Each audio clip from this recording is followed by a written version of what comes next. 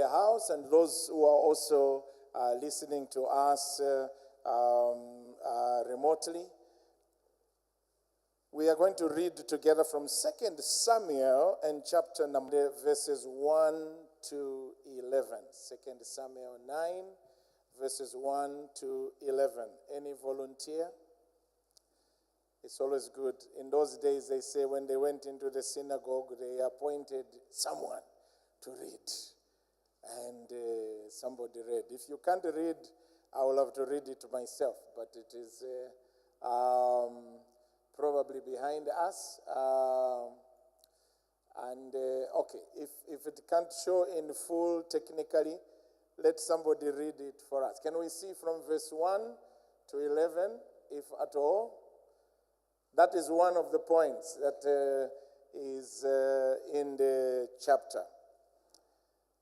Yes?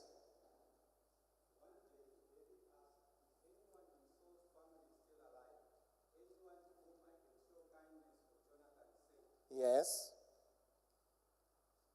But read it from your hand then. Okay, there we go. Yeah. Yes.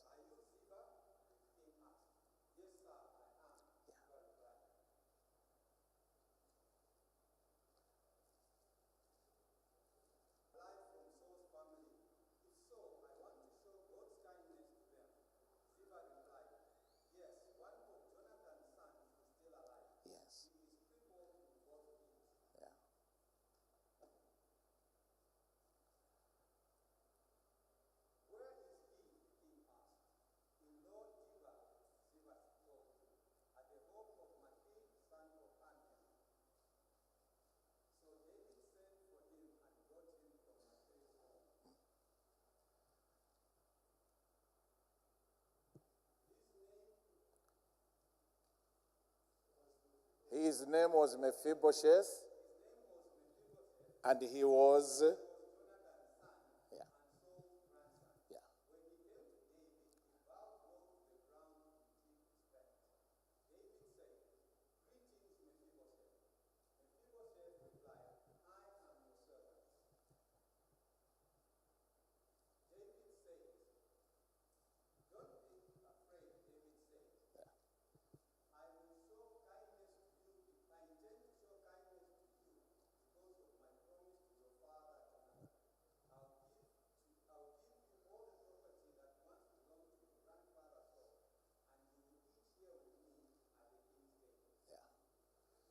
Then listen to the response of the young man.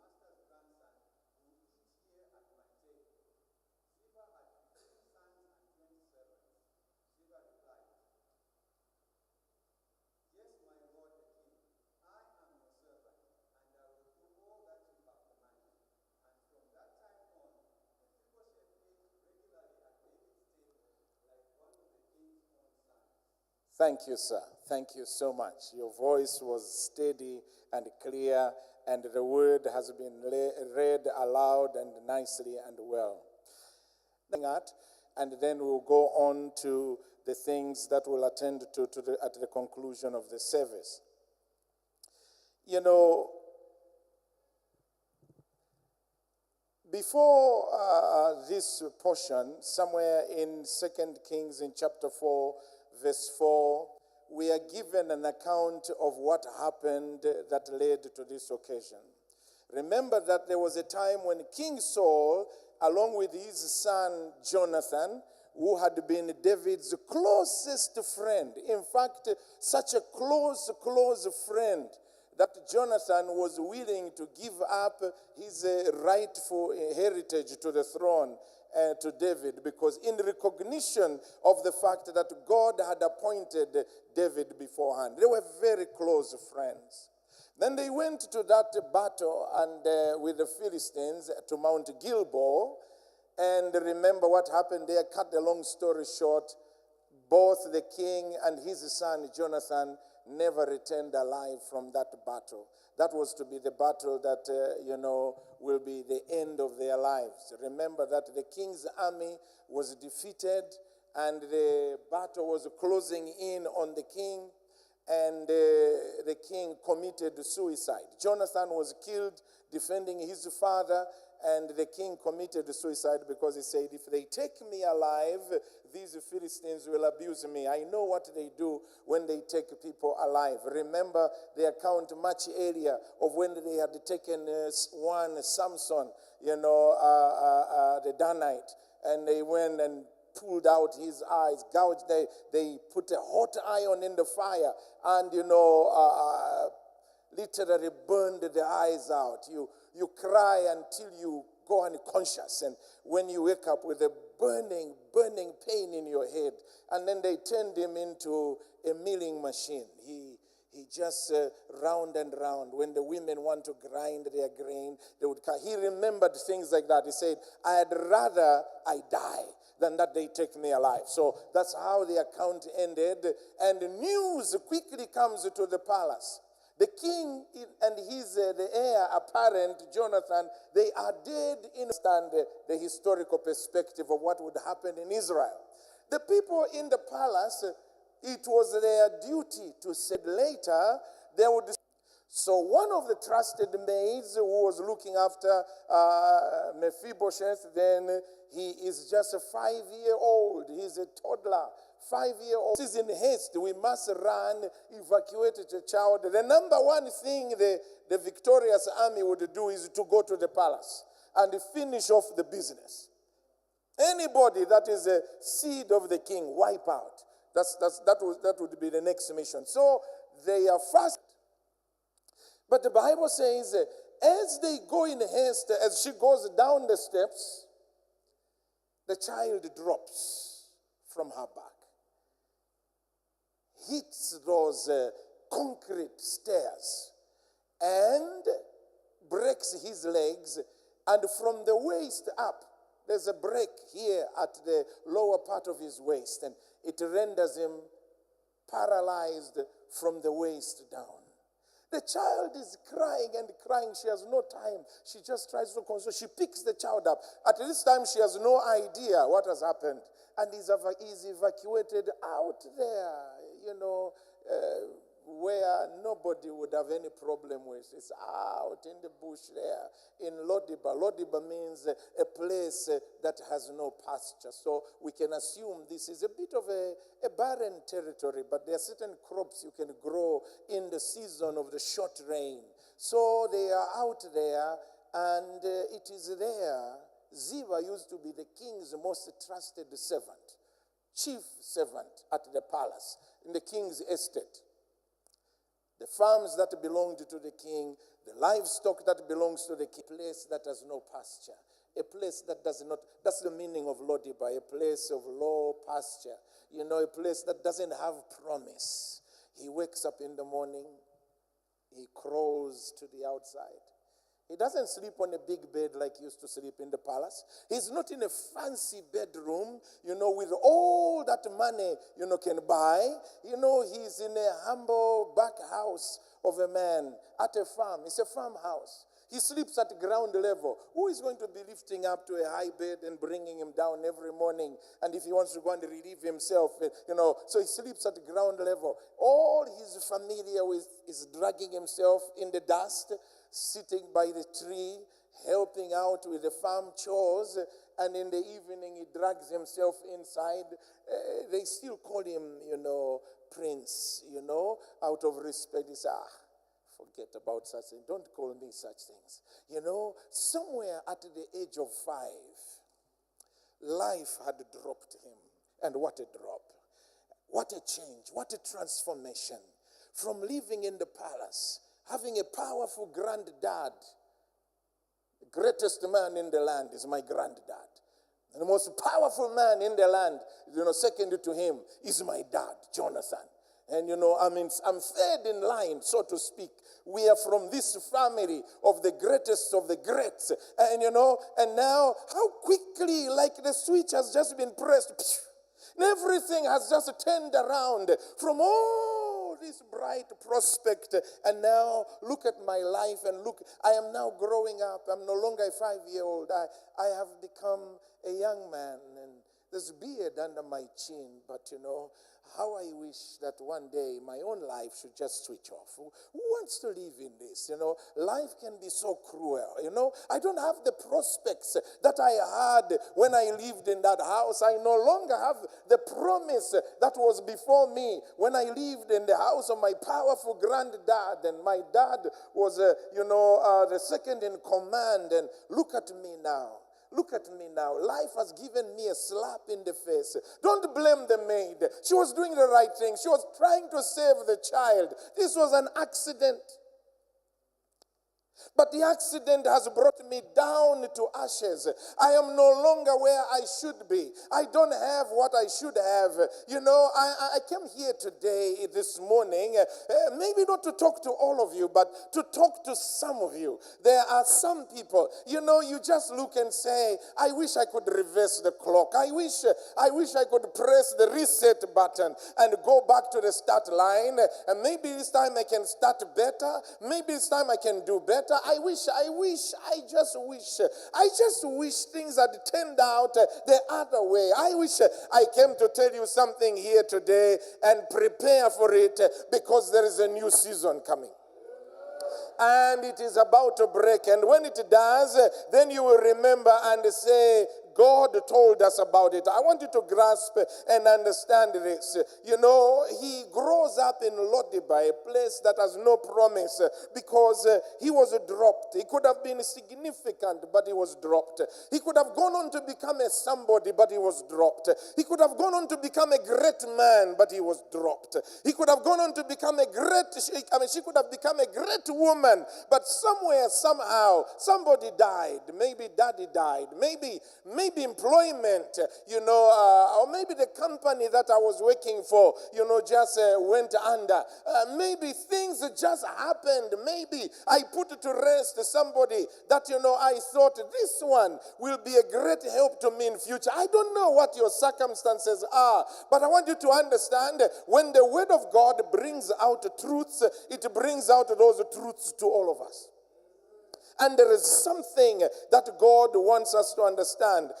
Sometimes life has a way of making us feel as if we've been shunted into the bay of the forgotten, away from opportunities and fortunes that others seem to have. But you know what? Take a closer look. Because the one who makes the promise is always greater than your circumstances. And I want you to learn something about how our God works from this story we've read. It's not just a story. It's a scriptural account that is meant for us to read and to understand how our Father works with regards to your life, with regards to my life, and so that we understand something here. First of all, let me say this, and this one will give it to you on the screen. Who you are matters more than where you are. Let's have a heart-to-heart talk. Who you are matters more than where you are. Look, I may be in Lodiba, but there is still something about me. You cannot deny it. You cannot erase it. You cannot shunt it down and bury it. I am still a son of royal seed. Whether you acknowledge it or you don't acknowledge it, there is something within me. I am not defined by where I am. I am defined by who I am. I don't know. I want to talk to somebody a little bit on that one. You are not defined by where you are. It may be you are in a place that is so unpleasant that you feel that, look at me, look at where I am, look at what seems to have bypassed me. Hey, don't try to show me where you are. I came here with a mandate from the Lord to say, go and tell them who they are. Because who you are ultimately is much greater than where you are. The reason why God's visitation will come upon your life is not because of where you are, it is because of who you are. There's something about you. I may have been dropped. I may have landed. I may have come from the palace right down into the plains in the border of the desert. But I am still the son of somebody great. I still carry some seed within me. I still carry something within me. Early this morning, God ministered that to me so strongly. He said, God tell my people these truths, because this year, 2026, I am merely a servant. I am merely a mouthpiece. How many of you know we don't just come to preach and preach our favorite sermons? No, we come to bring the counsel of God. That God has said, I don't want you to talk that, I want you to tell them this. I want you to go and tell them, I have come to tell you. God says, who you are is much more important and greater than where you are. Where you are is temporary, but who you are always carries a permanent promise. There's something about who you are. We can try to, in fact, you are where you are because of who you are. If you were a nobody in the city, if you didn't belong to any higher hierarchy, you shouldn't have run away from the city. They shouldn't have dropped you on the stairs. They couldn't have been trying to evacuate you because you are just a commoner. Commoners don't run. They just stay. Whoever comes can rule. We don't worry as long as we can release this. You were defined before you arrived here. I can tell you that for sure. You were defined while you were yet in your mother's womb, because it says, before I formed you and you and you and you and you and you and you in your mother's womb, I already knew you. Whatever comes along the journey of life does not surprise me. I already finished what I was doing about you before you arrived. I already ordained you a prophet to the nations. So no matter what will happen, no matter who doesn't like you, no matter what accidents will be there, the reason you are still here is because you were preserved for a time such as this. You have been preserved for a time such as this. God is about to do something. He was a right person. There was royal DNA in this young man, but he was in the wrong place. He did not choose to be where he was, but the circumstances of life dropped him there. A place where there was no prospect for progress. So the young man was trapped in his own pain and emotional anguish, overwhelmed by the negative outcome that characterized his life. If only we could turn back the clock. If only we can turn back the clock and go back to the day when my grandfather is the king, when my father is the chief prince, second in command.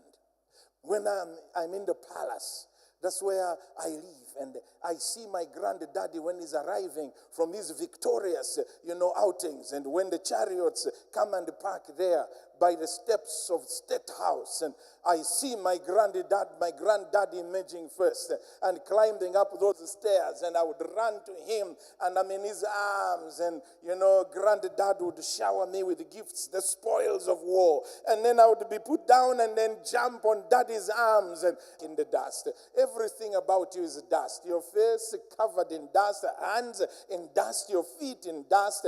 They do the best they can do. They've put a little thin mattress where you can sit there, but nonetheless it's at ground level. When the wind blows, you are just surrounded by dust. In the evening, you crawl back into the house. Your mattress is at ground level, and you sleep there, you wake up. There is no future here. There is no greater thing to anticipate here. It's like life itself has just closed the curtains on me, and there is nothing that will come ahead of me. I'm talking to people here that feel right now it's like even the years have forgotten you. You just wake up into another day, and that's it. And just go to bed another evening, and there's nothing much. This wheel is just turning around, and you don't know exactly where you will end up at. I'm speaking to you this morning, and I came to tell you, you are somebody's child. Hold on until I come a little bit to the end shortly. But you are somebody's daughter. You are somebody's son. Yes, others may have forgotten your existence, but there is one who never forgets you. He says, will a mother forget her own suckling child? Then he has said in the word, neither will I forget you, says the Lord. Even when you don't receive a text from certain people anymore, there is one in the heaven who says, I can never forget my son. I can never forget my daughter. He knows where you are. Even if your house has even if your street has no name and your house has no number, he still knows where to find you. God still knows where to reach out unto you. And may God's grace reach out unto you. You know, I want you to understand that this morning as we go through with this. And I'll be tying that up together just in a moment. Look at this. He's now an adult. He's grown a beard. But he's haunted by a 5-year-old problem. It is that time when I was 5 years. That's when life changed. I am like this because of what happened to me when I was 5 years old. I am like this because somewhere at 5, circumstances of life dropped me. So don't laugh at me. Don't point a finger at my calamity. Maybe you're a little bit better off. Maybe life has been a little bit more kind to you. But I carry a baggage from 5 years old. So when you see me behave in a certain way, and you don't, and you say, what's wrong with you? Hey, please just bear with me a little. I have been through things, for much of my life that probably you can't even dream about.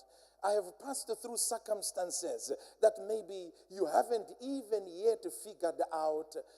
From the age of 5, I am carrying a dream that is shattered, hopes that were dashed.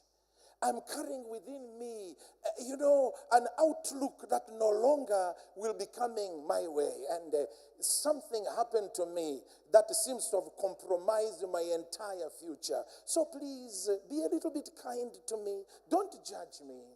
Don't sideline me. I am where I am because of what happened when I was 5 years old. I have met people as a pastor, when you hear, so how, say, it seems like this has been something yes, I was 15 and a half, somewhere there. That's when this happened to me. What? And I'm talking now to a 48-year-old. And this problem has been there from the time she was 15. This happened when she was 15. And she's 48, and she's unsure of herself. Her emotions are not balanced as yours. She doesn't really know what to trust anymore. Life gave her a blow at 15 that she has not recovered from at 48. That's life. Maybe you haven't been there yet, but there are people that have been there. And they carry this emotional baggage. And the older they grow, the heavier the baggage becomes. The older they... It's not a word from my heart. It's a word that God has placed on my tongue to bring to you. I do not know what happened to you that is still influencing you. The reason I am like this, please, is because of what happened to me when I was 15. With hot tears running like rivers now, she has opened up. It happened to me when I was 15. And probably that's the reason now, even now at 48, I'm still haunted by that. I'm still haunted by that. I came to tell you this morning, there is enough grace. There is enough grace right here, right now. And I have good news for you that be obedient to what God put in the heart. Said, take this word because I want to uproot some things from my people. This is a year in which I am redefining them. This is a year in which they are going to rise and get into that which I have ordained for their lives. And I want you to capture that. God knows what you're going through. God knows what you're going through when you've gone to Lodibar. He knows the issues that nobody else knows. And he does not only know, but he understands the circumstances that brought you to this mess. Weighing a heavy rest. Because the time is coming, you're about to move from this. And I'm about to give you the heading. This is a different type of sermon. You're about to hear the heading, and then we move into the conclusion. Because God wants to do something. Listen to this. Capture this.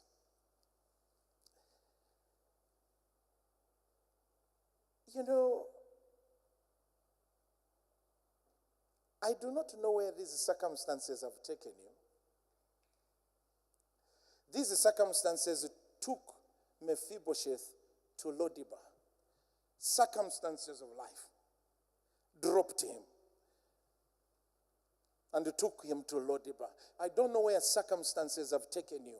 The issues, the challenges at home, at work, somewhere in the family, somewhere in the neighborhood, whatever the situation, wherever it is where you are, day by day, week by week, the issues, the baggage that you've just been dragging around with you, carrying around with you in each and every place.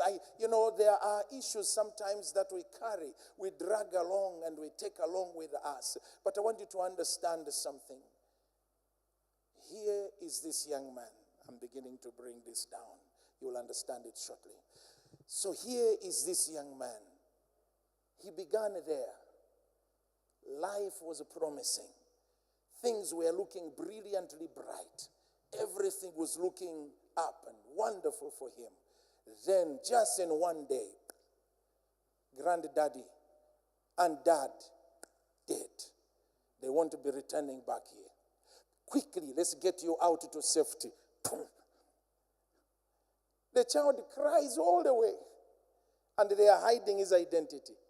Because everybody, in any case, everybody who is anybody is trying to run around and secure their things because they don't know when these guys arrive here. Maybe they will grab things, hide the valuables that you have before they get here. The town, the city is in confusion. The country is in a confusion. Everybody is trying to secure themselves. And here, whether it was on horseback and, riding to Lodibar, the child cries all the way until they arrive in Lodibar. The child cries all night into the following day. The tears are dry on the child. And by now, all the consolation has failed. And before somebody says, you know what? He can no longer stand. I tried to make him stand. And then it hits them. The time he dropped. I'm so sorry. When I was running away with him, he fell on the steps. And those are concrete steps. They are made of strong stone. And I don't know how he fell, maybe awkwardly, and something snapped on his back. And, his legs are just wobbly. Blood still circulates there, but the strength to hold them up is gone. He is not the lad that you had, the child that was there. And he has to grow up with this burden. He has to grow up with this issue that, how life can just turn around. How things can just switch. How one time, it will all be looking up and all that. And I was thinking this and we were planning that. And then bang, it just came. And my husband died. Bang, it just came and daddy died. Bang, it just came and the business just collapsed. And I'm still trying to pick myself up and wonder, what do I need to do? What does a person do now? What does a person hang on to now? I want you to understand something, and this is the heading if you are looking for one. I hear the sound of the wheels of chariots. There are some wheels, of chariots that are ringing in the ground. So there was this one day, and this was a day like any other day. He has woken up, he has dragged himself back to the foot of the favorite little tree, and is still there. helping with the winnowing, because you must be useful. You can't just be sitting here and eating. Even if you are the king's, the dead king's grandson, help with the farm duties. He's made himself busy so that it's not too much of a burden. And then one of the family of Ziba comes running to the little farmhouse. Papa, there are chariots. There are chariots, they are coming. Chariots? Here? Nobody comes here. Nobody comes here. It's only our own Scotch cats that move here. When we are taking our produce to the little town to sell, there's nobody who comes here. And when you look at those chariots, that's state house stuff. Those are not chariots you find anywhere. Those vehicles, they come from, we know where those chariots come. When you had 6 horses, because the king said, take my chariot and accompany with the other 2. Go, because while you are busy crying, there was a conversation at the palace. Things have changed. Somebody else has come at the palace. God ordained, God appointed. He was born for the palace. He was born to rule. He was born to carry in charge. And then he says, is there anybody here from the house of Jonathan, my dead friend, that I may show him the kindness of God for the sake of Jonathan, my brother and friend? And they say, because you must be careful. Could he be wanting to finish off, because he's now king? Could he be wanting to put out any other, claim to the throne? So, but then when you stand before the king, you must tell the truth. So somebody said, there is one, Your Majesty, that was saved, a little 5-year-old. Must be a grown-up young man now. Maybe even of marriageable age. And he says, where is he? The secret comes out of the bag. I think the one who would know is Ziba, the one who used to be the manager of the king's estate. Because these were matters that were only with the state house workers and officials. David summons Ziba, or somebody that pertains to him. He says, yes, there is a young lad. He's out there at the farm of Ziba. His name is Mephibosheth. So he sends the chariots. 1, 2, 3. Here, camp there. I want that young man here at the palace by tomorrow morning. Yes, sir. The salute is given. These are soldiers who obey orders. So they travel with 2 chariots.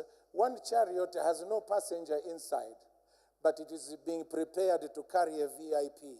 So the chariots are coming to a village path. There's nobody important that lives there. Even people that are in their farms, they see the chariots, they pay homage. And the people up to traveling at the moment, we are just on a mission there. And when they are arriving, and somebody says, Daddy, the chariots. Mephibosheth hears that. He feels the secret is out. This is my final day, probably. Or I'm being taken to the final end, but who cares? Life has come. When you live the way I am living, even death, I am welcoming it. Let it come. It's okay. The officers arrive there in the evening. You see the chariots parked there. You've heard the wheels. Now even Mephibosheth, sitting at ground level, can hear, and then there he appears. The king's chariot was always pulled by 6 horses, well trained. 6 horsepower. All the chariots from State House were like that, except the chariot for war that was pulled by 2 horses, because they had to maneuver quickly and make corners sharply. But this was 6 horsepower with the courage to match, embroidered with real gold, not fake.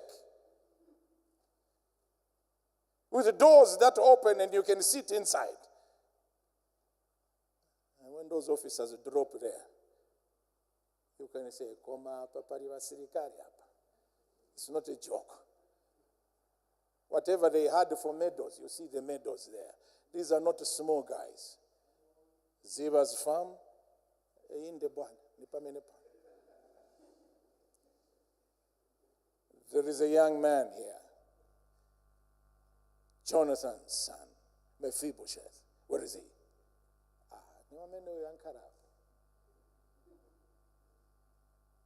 Mephibosheth? Yes, sir, it's me.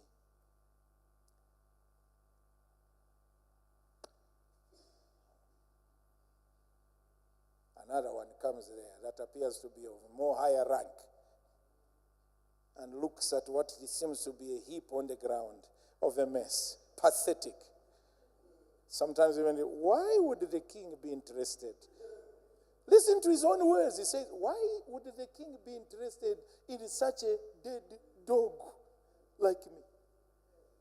Oh, you know, I have no claims to the throne. No, nobody. So Mephibosheth, yes. Then what comes surprises him. Because the senior officer, salute foot, foot. On the ground level, I'm receiving salutes from senior. Nima games aya ukapena masetting. What is that? The king desires that we take you to the palace. And we are executing the king's orders. So, first light tomorrow morning, you will have to proceed with us.